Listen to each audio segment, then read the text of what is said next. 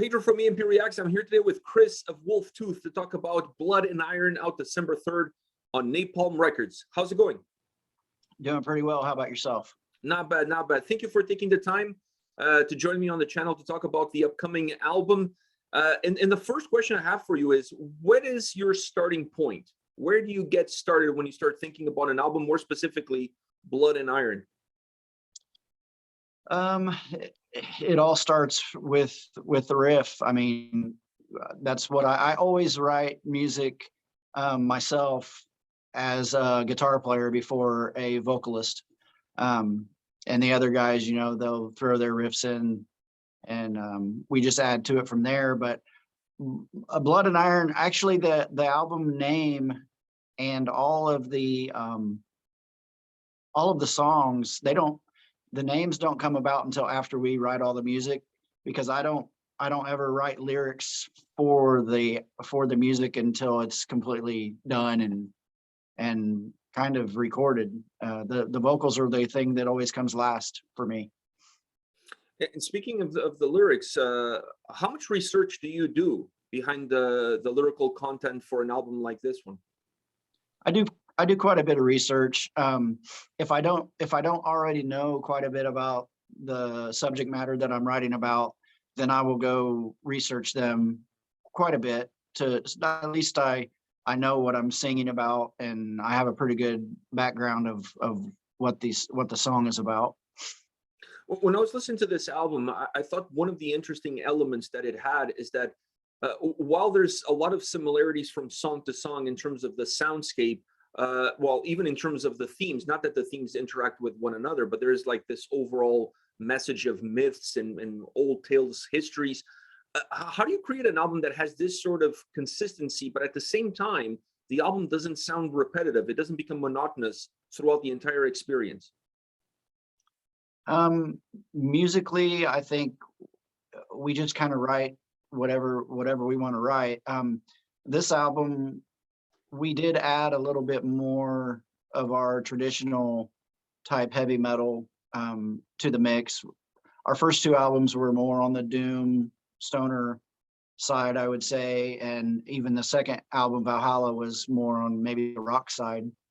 But we wanted to add a little bit of the more traditional heavy metal, what we grew up with in this album. It wasn't really conscious that we did that. It just kind of happened that way. And as far as the vocals go, I try to write every song to be fantasy. Just because most of the time I've been in bands in the past where I've written from personal experience, and a lot of people just can't get on board with that if they haven't gone through what you've gone through or experienced what you have experienced.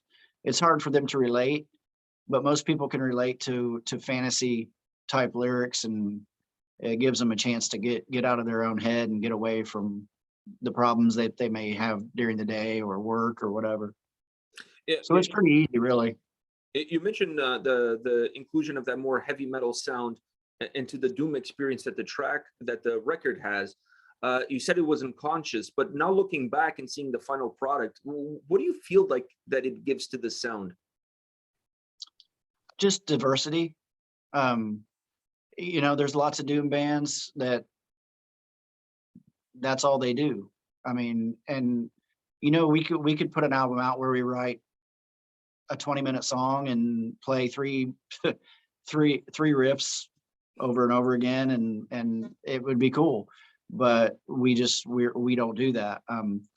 I like to add as many things as possible into the music and as many layers as we possibly can, as far as just to make it more interesting for the listener and for us. But I think adding the traditional heavy metal, some of the riffs into this album has expanded our sound a little bit more than what it was, and I will probably expand even more on the next album. So this is something that it worked out really well, and now the door is open. Pandora's box is open. I believe so. You know, we on our debut album, we got put in the doom scene, which is fine. I never really thought we were a doom band. I thought we were just a heavy metal band, and which we've done very well in that genre. People accepted us, and it was great, and it is great. But we want to expand more. We want to expand our horizons a little bit more as far as, I mean, we're on the tipping point of power metal, and we're on the tipping point of sometimes playing thrash and traditional heavy metal, doom, stoner. We just don't want to be put into one box where we only get to play with doom bands or stoner bands or heavy metal bands. I think we would fit well with a lot of different bands today. This also opens the door creatively, because now you don't have to create albums that fall just under one specific umbrella. You have a lot more freedom when it comes to your creativity and how you want the album to come across. Right. And I think that's what any musician wants, is to have the freedom and creativity to be able to do what they want to do. Of course, you're going to have your diehard fans that don't want you to expand, and they don't want you to grow, and that's with any genre. But we've got diehard fans that, you know, used to comment on every post that we made and things like that, and we've noticed that some of those people have shied away or gone away, and it's maybe because they don't like the new stuff as much. But Wolftooth is never going to be a band that you're going to get this same album twice. I mean, we have to grow, or we're not happy doing what we're doing. When you look back at this record, was this a challenging album to make? And if so, what kind of challenges did this record throw at you? Yeah, it was a little bit challenging, just mainly because my vocal style is a little bit different on this album. It's a little sharper, a little bit higher pitched. And it's actually better for me because it's more in the range that I feel comfortable at. The writing of the music, it wasn't too bad because we had the pandemic going on, so we weren't able to tour at all for our second album. And so it gave us time to put into this album, to put more time into this album, more effort and more creativity into it, just because we had the extra time to do it instead of playing out all the time. I'm going to take your cue since you went into the vocals. When I was listening to this record, the thought came to mind that great stories are great, and you guys are telling really incredible stories, fantasy stories, myth stories on this album. But sometimes what makes a great story great is the person who's telling the story.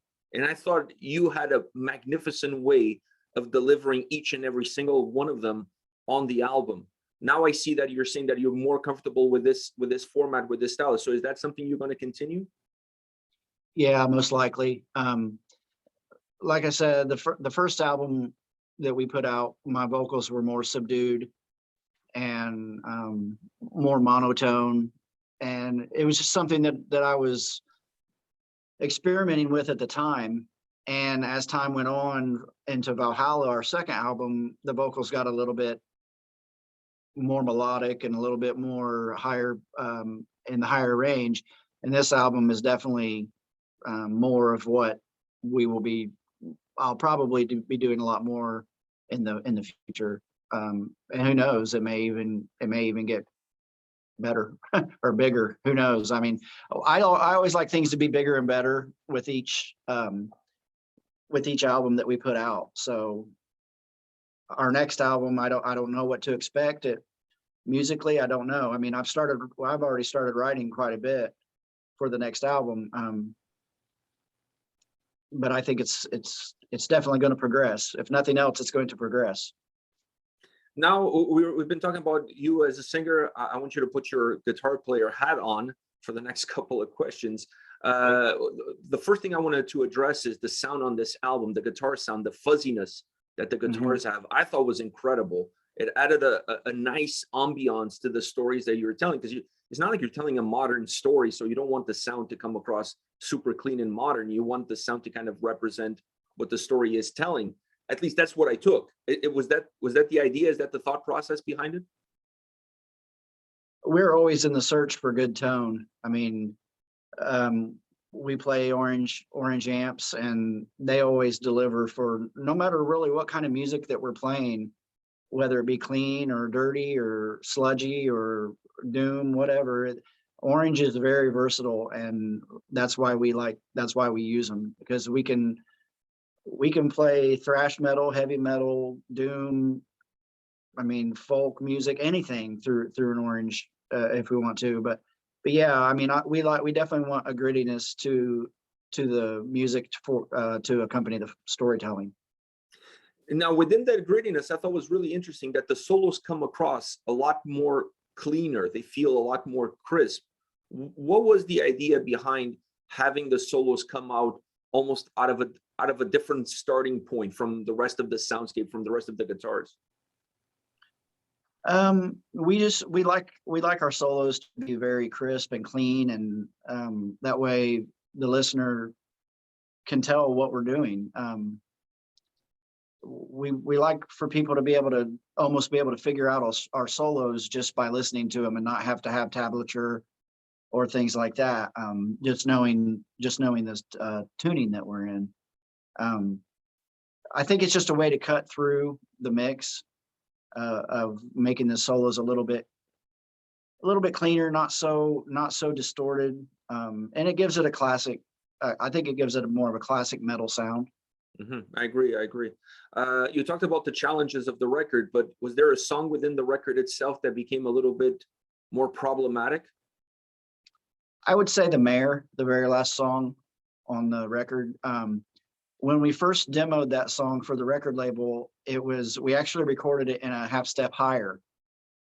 So my vocals were very, very high on that song. It was almost like a chipmunk singing, singing that song. So I could sing it, and it sounded good, but I was just like, wow, that's just too high, man. People are going to think I'm a girl singing this song. So, when we went to record it for the final mix, we went down a half step, and it definitely helped, but it was kind of weird because it almost took me out of the range that I felt comfortable in again. I was actually more comfortable in the higher range, but it just sounded too much like a girl. Which nothing wrong with being a girl or girl singers, but I'm just not one. So yeah. So that, I would say that was probably the most difficult thing. Do you have an absolute favorite track on this album that you cannot wait to play it live?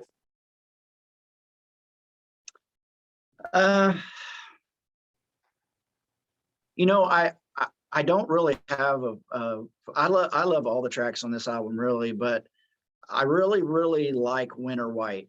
The song Winter White, just for some reason, I can't wait to play that live. I think it's going to sound really good live.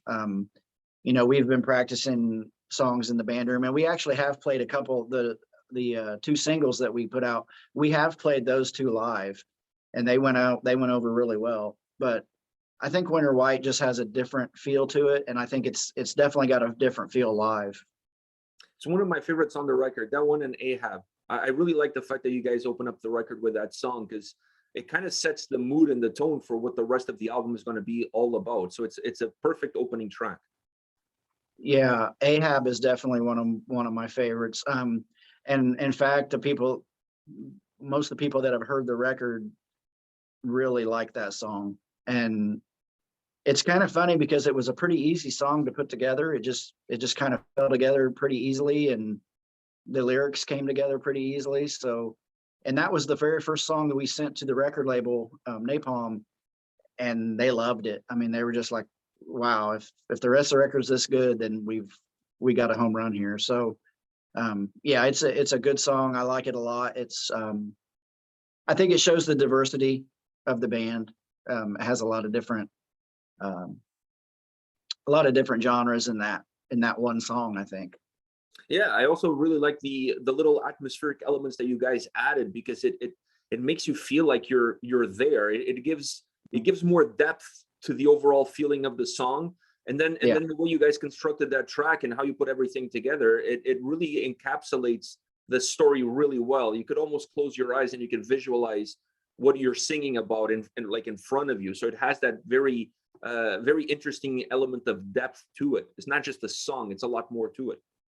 Yeah, and that's the thing that we try to go for, is that we want people to just be able to relax, put our record on, put some headphones on, close their eyes, and we want to basically transport them to a different place. And I think that we do pretty well at that. Um, and most of the time when people read the lyrics or know what the songs are about, it makes it that much easier for them to get lost in the song. Blood and Iron is another track. I just felt like you guys overall created a record that allows you to lose yourself within each and every single song, but you don't necessarily lose track of where you are within the confines of the album. The album is still super connected from track to track, so it's almost like you're reading a book, and each song is a different chapter. Yeah, Blood and Iron is definitely probably my top 3 songs on the album. Um, we named the album that because we really thought the name was a really good album name. It wasn't originally, that track was not originally written to be the title track. It just happened to be the song that was I don't know, the coolest song for the album, I think. And I think it does well as a title track. I think it's really strong track. I love the chorus in that song. Yeah. I think it's one of the strongest choruses on the album. And I don't know, it's just the overall tempo of the song, everything. I really, really like that song. Yeah, It's same here. Same here. it turned out Well, really the way that I had hoped that it would. yeah, it's melodic enough, it's catchy enough, it just stays with you. It's a song that just really stays with the listener. Yeah. Yeah, I think so. I don't know, pretty proud of it. Yeah, you should be. You should be. One last question for you. What do you stress the most about, the guitar playing or the vocals?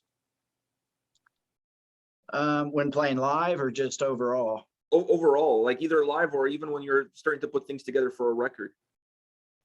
Vocally definitely is the more stressful thing for me. Because it's funny, the guys in the band, when we go into the studio, they have no clue of what the vocals are even going to sound like, because I don't ever practice them at rehearsal. We mainly work on the songs, the music, the choreography, and get that down and 100% locked down. And then we'll go record, and then I put the vocals in while we're in the studio. So it's kind of exciting for them and for me to hear what, you know, it's funny how the vocals open the music up and just add so much to the overall storytelling, the overall song. Because before I go into the studio, they're just songs that are choreographed, and we know where the verse and chorus, bridge, and things like solos are going to be. But it's just amazing how much that the vocals really open the whole album up once I put them on there. And honestly, most of the time I don't have a clue on the way that I'm going to sing things before I get into the studio. Yeah, I kind of work backwards than a lot of people. It seems like a lot of vocalists will have an idea for a vocal line and then they'll write the music around it. But I've never done that. And it's just, I maybe I'll try it sometime, but I don't know. This formula seems to be working for me. So we'll probably stick with that for a while. Yeah, there's no point on reinventing the wheel. If it ain't broke, don't fix it. Right. That's the way I look at it. It's just, and the thing is, one reason I do that is because I've been in other bands in the past where I have worried too much about playing and singing, being able to play and sing at the same time. And my vocals really seem to lack from that. So now I just write the music, don't care about whether I can sing it or not. And then I'll go sing it. And then if I have to, I'll learn how to play it. Most of the time it's not a problem, but there are a few parts that I have to practice a few times before I can sing it and play it. But I would say vocals is definitely the most stressful part of recording and playing live.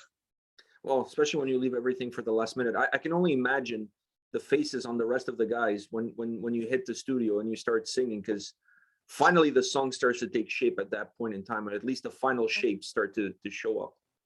Yeah, it's pretty nice. And I mean, sometimes I'm not sure that they really like it a lot as far as not knowing, but it gives them a chance to put their input in, you know, and because if I sing it in practice and it's that way for a long amount of time, then when I get in the studio, I'm probably not going to want to change it.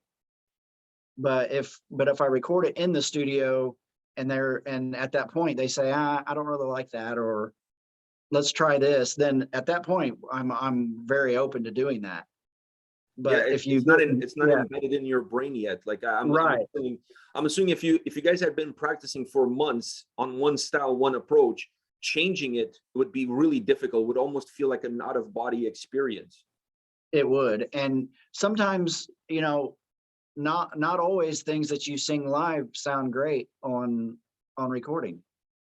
So I think it's good the way we do it, because it kind of leaves a little bit of mystique and mystery for the guys to get excited about something in the studio. Yeah, that's something to look forward to, that's for sure. Yeah.